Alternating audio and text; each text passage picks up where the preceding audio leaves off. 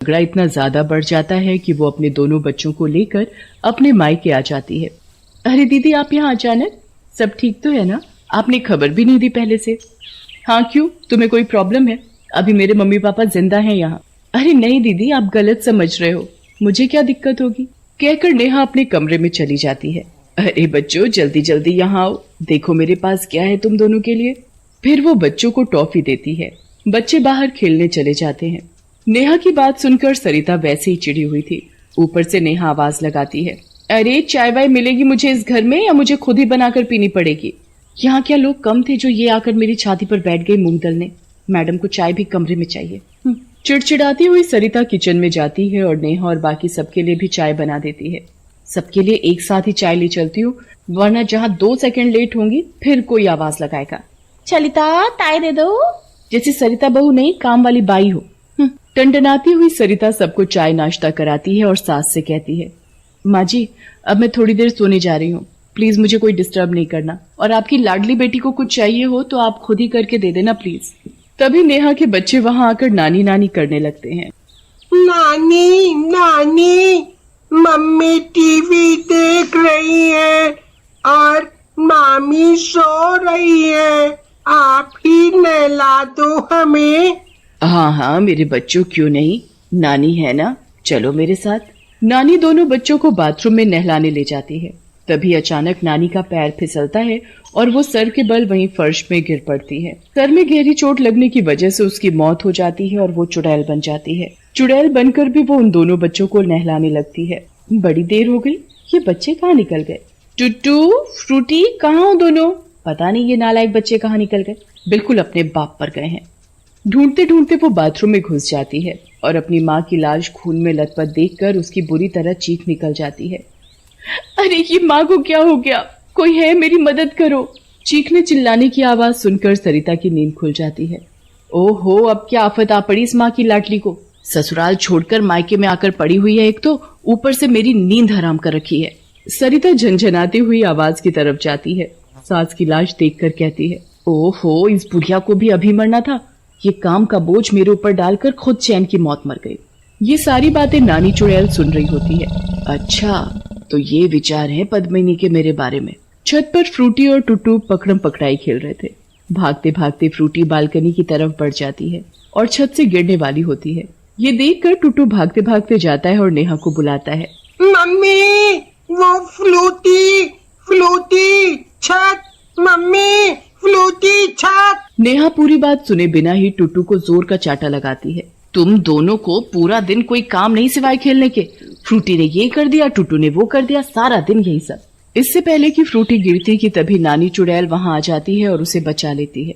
हद है इन दोनों की, 2 औरतें घर में होकर 2 बच्चों का ध्यान नहीं रख पा रही, कैसी औरत है ये। फिर रात को, मामी मामी मुझे बिस्कुट चाहिए, ऊपर डब्बे से दो ना। क्यों री, तेरे बाप का घर है या तेरी माँ यहाँ कमा कर रख गई है बिस्कुट, चल भाग यहाँ से। सरिता फ्रूटी को किचन से भगा देती है। ये सब नेहा देख लेती है, पर हालात को सुलझाने की जगह वो गुस्से में फ्रूटी को ही बुरी तरह पीटने लगती है। कितनी बार तुझे मना किया है ना कि अब तेरी नानी नहीं रही, ये घर मामी का है, अब फिर तू क्यों मांगने गई वहाँ? भूख लगी है, भूख। नेहा गुस्से में फ्रूटी को एक अंधेरे कमरे में बंद कर देती है और चली जाती है। आज जब तक तू अकल नहीं सीखेगी कुछ नहीं मिलेगा तुझे। चुड़ैल नानी ये सब देखकर बहुत दुखी होती है। हे भगवान, ये सब क्या देख रही हूँ मैं, अच्छा हुआ मैं मर गई, वरना ये सब देखकर दोबारा मर जाती। इतने छोटे छोटे बच्चे हैं और ये जालिम औरतें आपसी गुस्सा बच्चों पर निकाल रही हैं। एक माँ होते हुए भी अपनी लड़की की भूख की परवाह नहीं, और मामी को अपने गुस्से के आगे कुछ दिख ही नहीं रहा। फिर चुड़ैल नानी सबके खाना खाने के बाद किचन में फ्रूटी का मनपसंद आलू पराठा बनाती है और उसके लिए कमरे में लेकर जाती है। फ्रूटी इतनी मासूम थी कि उसे पता ही नहीं था कि जिस नानी के हाथ से वो पराठा खा रही है वो असल में मर चुकी है। रात को सोने से पहले नेहा फ्रूटी के कमरे का गेट खोलती है। पूरा दिन भूखा रह के तेरी अकल ठिकाने आ गई होगी अब। भूखी कहाँ, नानी ने खाना खिलाया ना, वो आपकी तरह नहीं है। अच्छा, तो तेरा मतलब है नानी स्वर्ग से तुझे खाना खिलाने आई थी। और हंसने लगती है। नेहा रसोई में जाती है कि वहाँ सरिता आकर उसका रास्ता रोक लेती है। किचन में नो एंट्री। ये क्या मजाक है? रास्ता छोड़ मेरा, चल साइड हो, भूल मत ये घर मेरा है। तेरा है? तेरा था, अब बहू होने के नाते ये घर मेरा है। तेरा घर ससुराल है जिसे छोड़कर यहाँ पलंग तोड़ रही है पड़े पड़े। और उन दोनों में लड़ाई होने लगती है।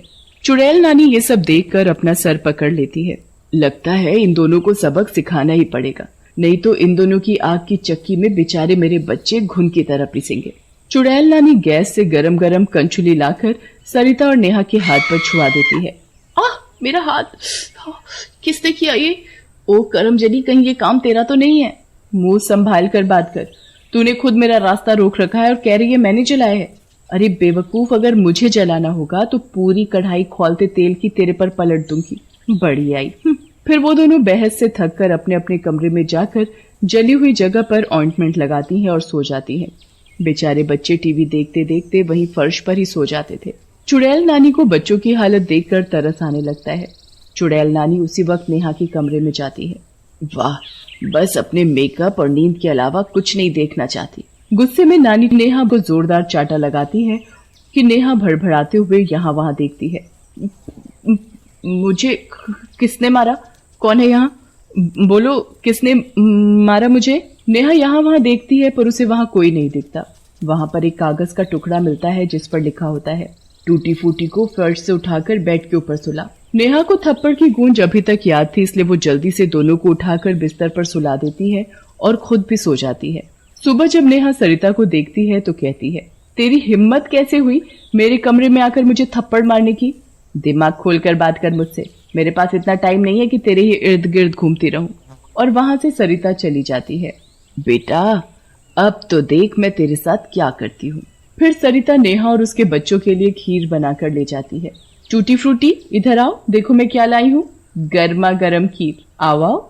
नेहा जैसे ही मुंह में खीर का एक चम्मच डालती है तुरंत थूक देती है। छी, खीर में नमक, वो भी इतना! ये सुनकर चुड़ैल नानी बच्चों की खीर की कटोरी हाथ मारकर गिरा देती है। कितने बदतमीज हो, सारी खीर गिरा दी।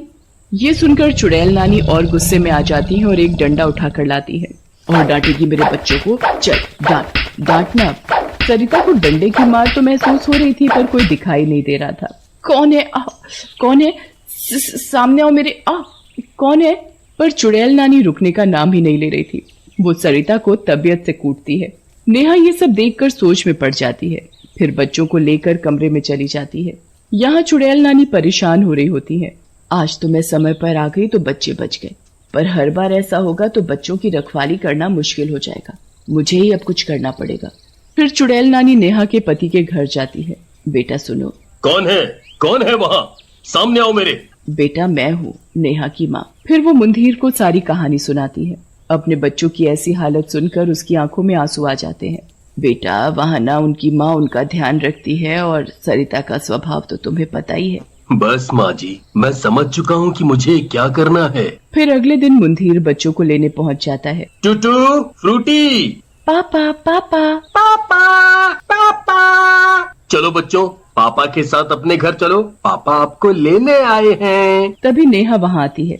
जी मैं भी आपके साथ चलना चाहती हूँ, मुझे भी ले चलिए और मुझे माफ कर दीजिए। बेटी का घर फिर से बसते देख चुड़ैल नानी खुश हो जाती है। नेहा के जाने से अब